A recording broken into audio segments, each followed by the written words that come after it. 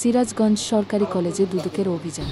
সিরাজগঞ্জ সরকারি কলেজের অধ্যক্ষ প্রফেসর আমিনুল ইসলামের বিরুদ্ধে দুর্নীতি ও অনিয়মের অভিযোগে অভিযান চালিয়েছে দুর্নীতি দমন কমিশন দুদক। পরিবহন খাতের বিষয়টাকে আমাদের নজরে আসে। পরিবহন খাতের মধ্যে আমরা প্রথমে তার যে গাড়ি যে লগ বই রেজিস্টারটা আমরা পর্যবেক্ষণ করি। লগ বই রেজিস্টারে যে একটি হায়েস্ট গাড়ির লগ বই দেখা যায়, অন্য কোনো গাড়ি নেই।